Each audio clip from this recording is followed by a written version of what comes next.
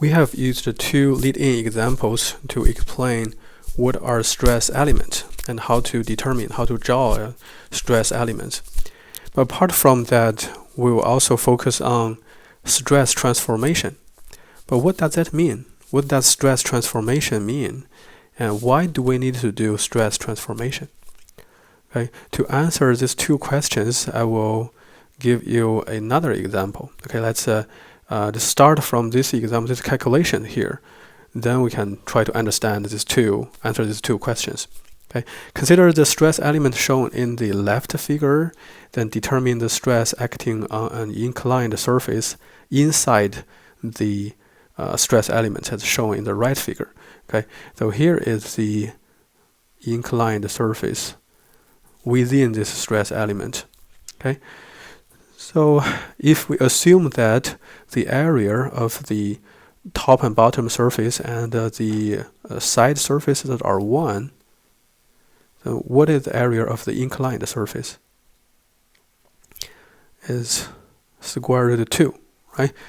So again, in this right figure, we already determined that, assumed that if you have area 1 here, area 2 here, the area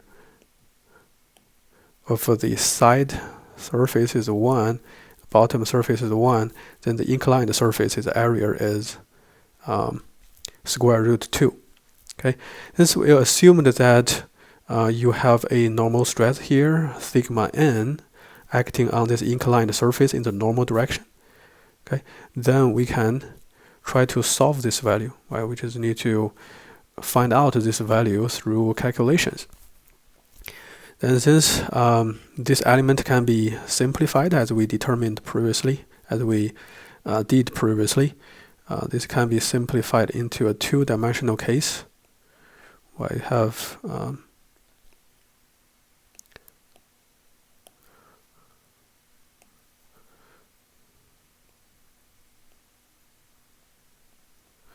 you have a 20 KSI here and 50 KSI here, and in the normal direction here you have a sigma n, and here is 25 degree, right?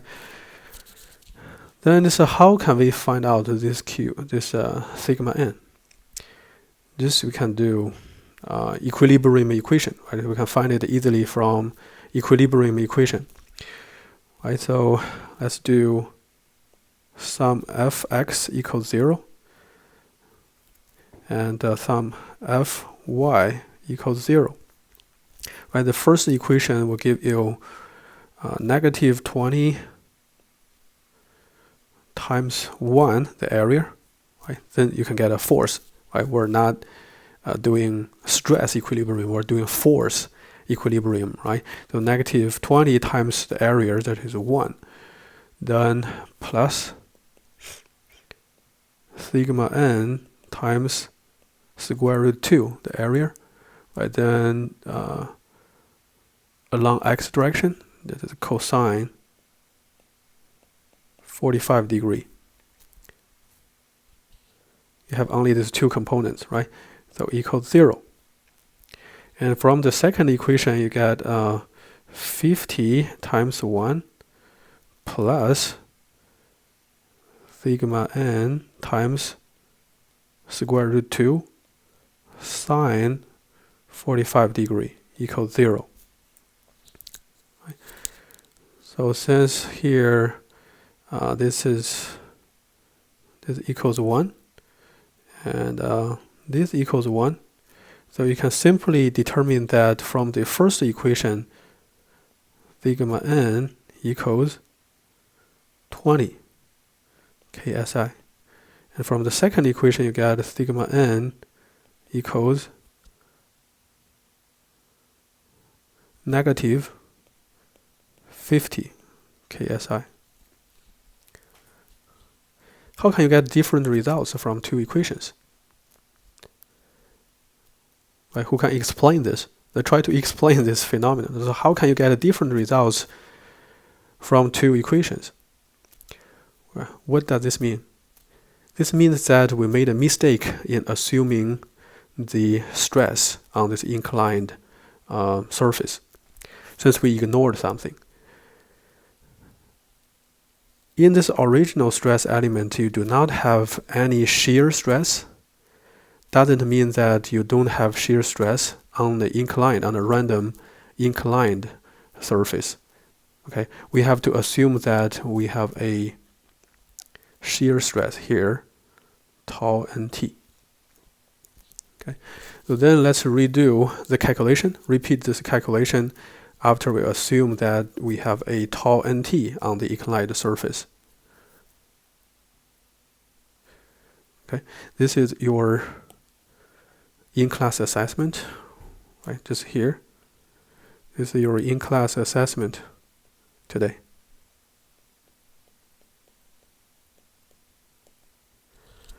Okay, I will create this in-class assessment. Please do it by yourself and upload the result in PDF version to Canvas. Okay,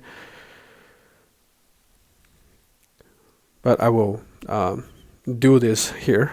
So you just need to repeat the whole process by yourself and then submit it as an in-class assessment later. Okay, just again, we can simplify it into two-dimensional cases.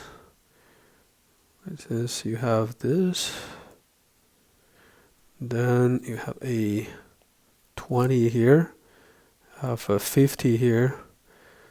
Then on the inclined surface, you have a sigma n and tau nt.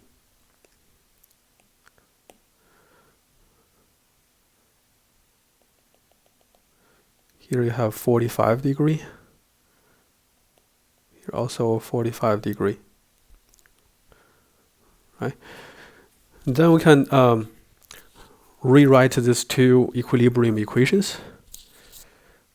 So the sum of fx equals 0. From this equation, you will get a negative 20 times 1 plus sigma n times square root 2 cosine 55 degree, then minus tau nt square root 2 cosine 45 degree equals 0. Okay, then from sum fy equals 0, you get another equation that is 50 times 1 plus sigma n times square root 2 sine 45 degree, then plus, right, this is tau ny in the positive y direction too. So tau nt times square root 2 sine 45 degree equals 0. So here we got equation 1, equation 2. Again, here is 1. Here is 1. Here is 1. And here is 1. Okay. So these two equations are actually very easy to solve. You just get 2 minus 1. Then you will get from 2 minus 1, you will get 70 plus 0 plus 2 tau nt equals 0. So from here you get tau nt equals negative 35 ksi.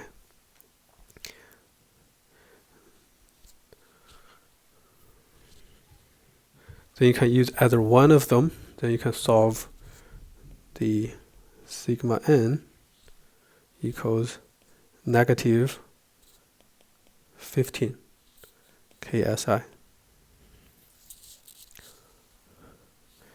Okay, so here we just solved this two stress elements on this stress element on the inclined surface.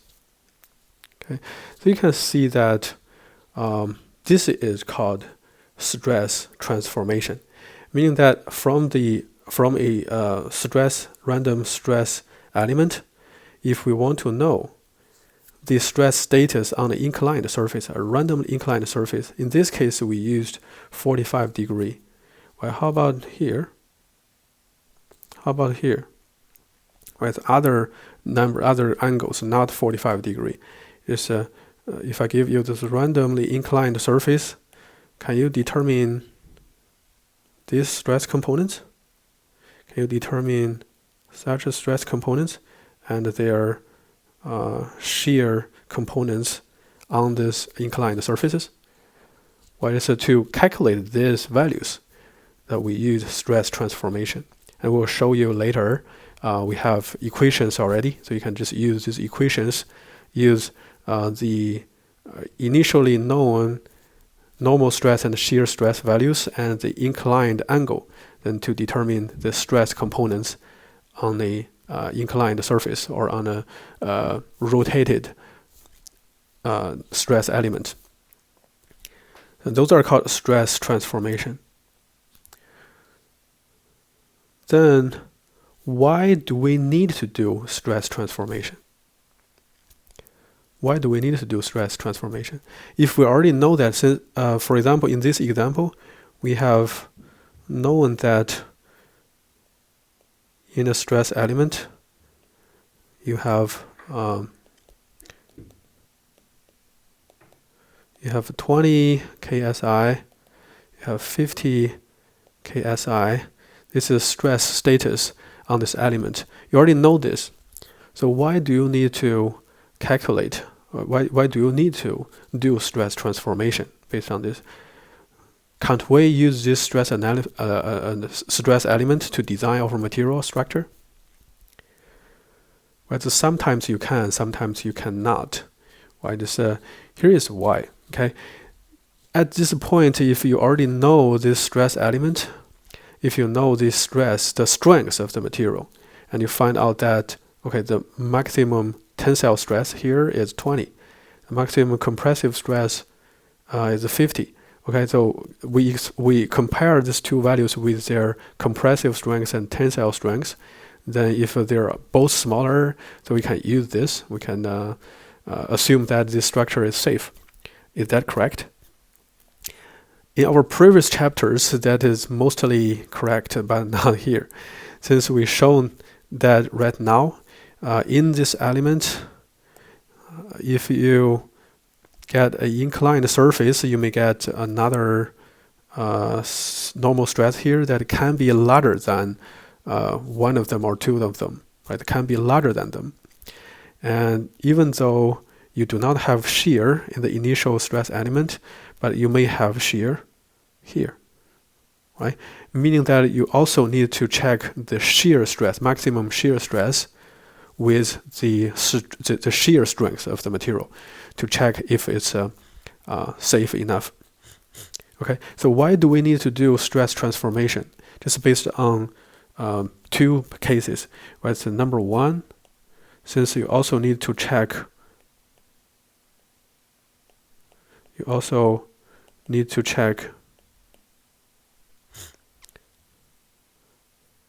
shear stress.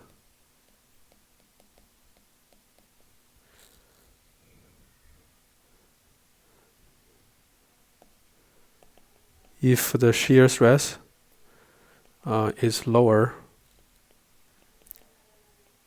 than the shear strength.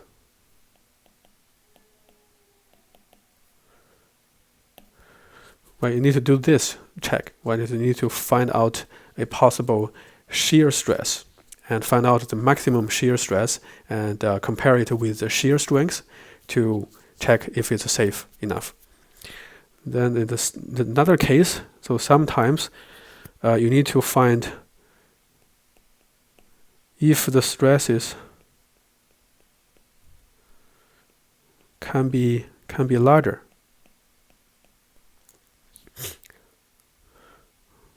Right. So as shown here, you have 20 you have 50. But is that possible on a random inclined plane? You have larger tensile stress larger than 20, or is that possible? You have a larger compressive stress than 50 ksi, right? So you need to check if stresses can be larger than what has been given.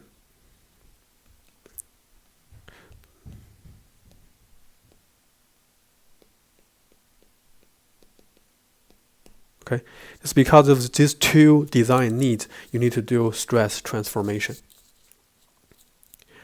And to do stress transformation, we have summarized these equations. We derived these equations so that you can just directly use them to calculate the stress status on a random inclined surface. Okay, just start from here. If you have an initial stress element as shown here, you have sigma x, sigma y, and tau xy and tau yx, right? Then how about the stress on a randomly inclined surface A prime, right? This is obtained by rotating the original element by angle theta. Right? As analyzed here, you will know that on this surface, on the inclined surface, you will have a sigma n along the normal direction. You will have a tau nt, right, on this plane. So you can use the methods we just introduced to determine these two components, but you can also use the three equations directly. Okay, so after the calculation, you will get another stress status. It is at the same point along other directions. Instead of along x, y directions, what are the stress status along n and t directions? Okay, you just analyze the stress status along other directions. Okay, this is stress transformation. Okay, these three equations are listed here. I think they are easy to remember, but if you cannot remember them, they will always appear on the formula sheet, so you can easily find them. Okay, you just need to understand how to use them. Okay, so you can see that both sigma n and sigma t can be calculated from the original stress status, right? It's sigma x, sigma y, and tau xy, and the angle of rotation, theta. Okay, and also here the tau nt can be calculated from sigma x, sigma y, and tau xy, as well as the angle of rotation. Okay, so we can try to use them here based on the numbers given in this two-dimensional stress element. Okay, you can see that here is an example again. You have sigma x equals 20, sigma y equals 6, and tau xy and tau yx equals 5. Okay, if you rotate it by theta of 45 degrees Celsius, so on this inclined surface, what are the sigma n, sigma t, and tau nt, right? So let's try to find out these three values using this equation. Okay, so that would be easy to do. Then just here the first one, sigma n, will be just 20 plus 6 over 2 plus 20 minus 6 over 2 cosine 90, right? This is 2 times theta, cosine 90 degrees Celsius, the cosine 90 degree.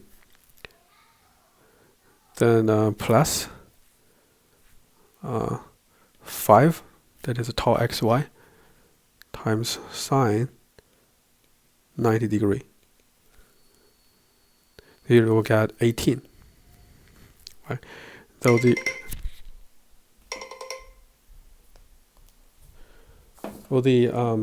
sigma t can be also calculated by equation 3. That would be 20 plus 6 over 2 minus 20 minus 6 over 2 cosine 90 degree, then minus 5 sine 90 degree. Then here you will get 8. And the tau nt can be calculated as negative 20 minus 6 over 2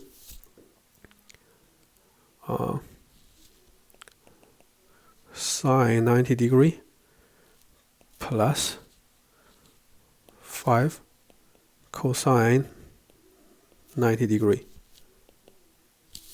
Okay, so we got negative 7. Okay, these are just, you can see that you can simply use these 3 equations to obtain these 3 values. You can also try to repeat our previous process, right? Repeat the previous process as shown here to do this calculation. But I believe this method, using the equations directly, will be simpler and time saving. Okay. So apart from these 3 equations, we can also check some characteristics of them. We check characteristics of them. So let's try to do 1 plus 3. Right? Try to do equation 1 plus equation 3. You can see that you have a plus here, negative here, plus here, negative here. So they vanish, all vanishes. Right? So to sum equation 1 and equation 3 together, you will get sigma n plus sigma t equals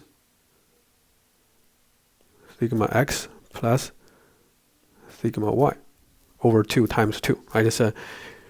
You will see that the sum of normal stresses will always be a constant. Right? Before and after rotation, you will get the same value. Let's see, if you get this the normal stresses along the 2 perpendicular directions, add them together, you will get a constant. Okay, so this is called the first invariant. You can check this. Right? You can check this using the numbers we obtain. Right? So before rotation, before transformation, you get 20 plus 6. Right? After transformation, you get 18 plus 8. Right? So they are both 26. Then you can also check another invariant, another constant, that is, as shown here, that is xy, sigma x times sigma y plus tau xy square. It equals sigma n times sigma t plus tau nt square. Okay, you can also check this constant, this equation, by using these numbers. But let's summarize this.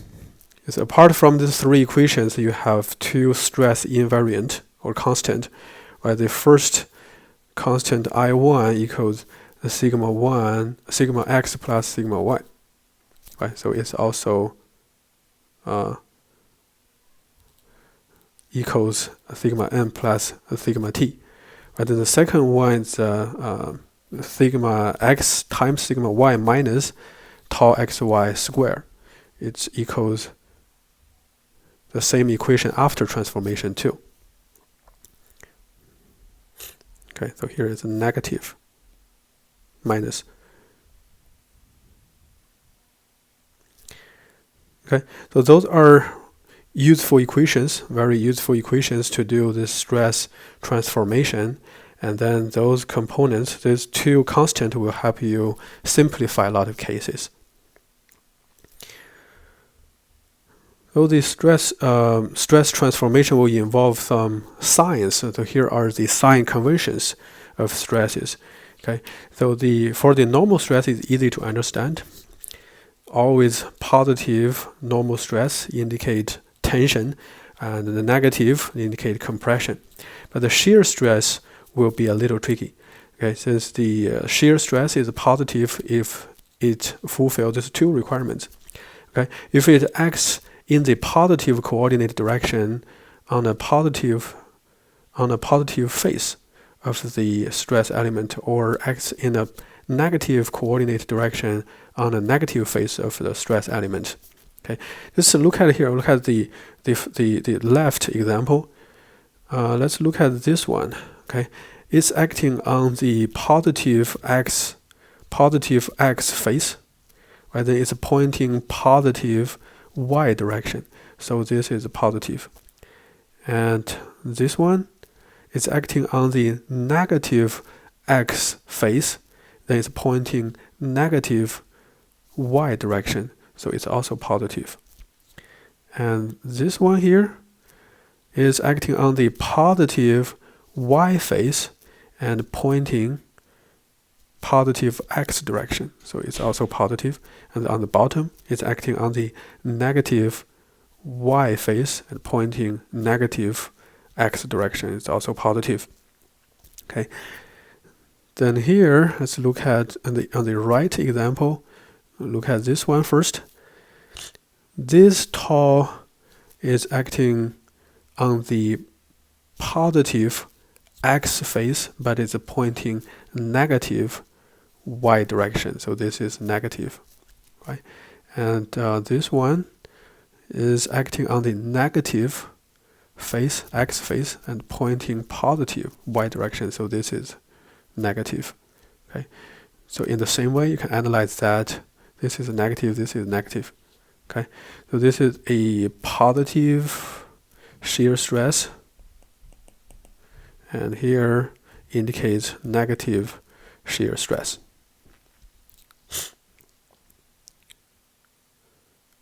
So before we go through examples, we need to introduce this concept for principal and maximum stresses. Okay, the principal stresses means maximum normal stresses. As we mentioned previously, why do we need to do stress analysis, stress transformation?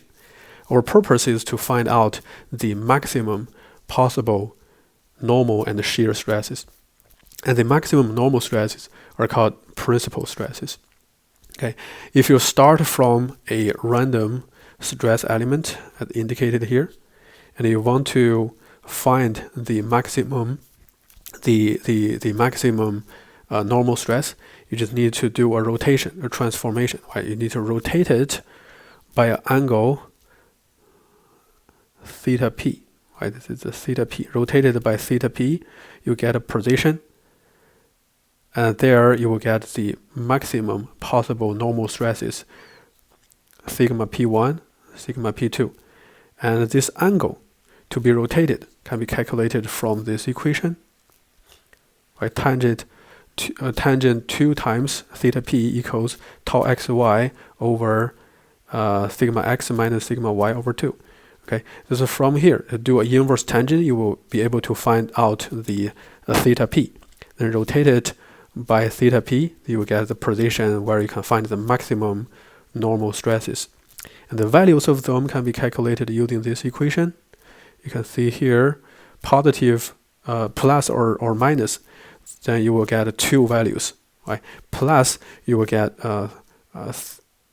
sigma. You get a sigma p1, and minus you get a sigma p2. Okay, so starting from here, now here is the normal, the principal stress plane has a characteristic that is when you have maximum normal stress or principal stresses, then the shear on the plane will be 0. You can see that you do not have any shear here. So the tau equals 0. This is the characteristic, the feature of principal stress. Okay, if a plane is principal plane, then the shear stress acting on this plane must be 0. And if the shear stress on the plane is 0, then that plane must be a principal plane. So here's the principal stress, meaning that shear equals 0. If shear equals 0, meaning that you can find the principal stress here. So this is a two-way rule. Then where can you find the maximum shear stress? Just starting from the principal plane, you rotate it by 45 degree or pi over 4, as shown here. Rotated by 45 degree or pi over 4. So you get the position where you can find the maximum shear stress. And the maximum shear stress can be determined from this equation. And it's the position, you can find the position just from theta p plus or minus pi over 4. Okay. Then here you can see that the tau max can actually be determined from these two principal stresses, just the difference between these two normal stresses, these two principal stresses over 2. So its feature is shown here. On a stress element where you have the maximum shear stress, the normal stress along two perpendicular directions are the same. Okay, and here you can see along this direction, that direction are the same, and their values are the average of the original sigma x, sigma y. Okay, let's try to understand these principles and these equations by yourself, and then let's go through a couple of examples.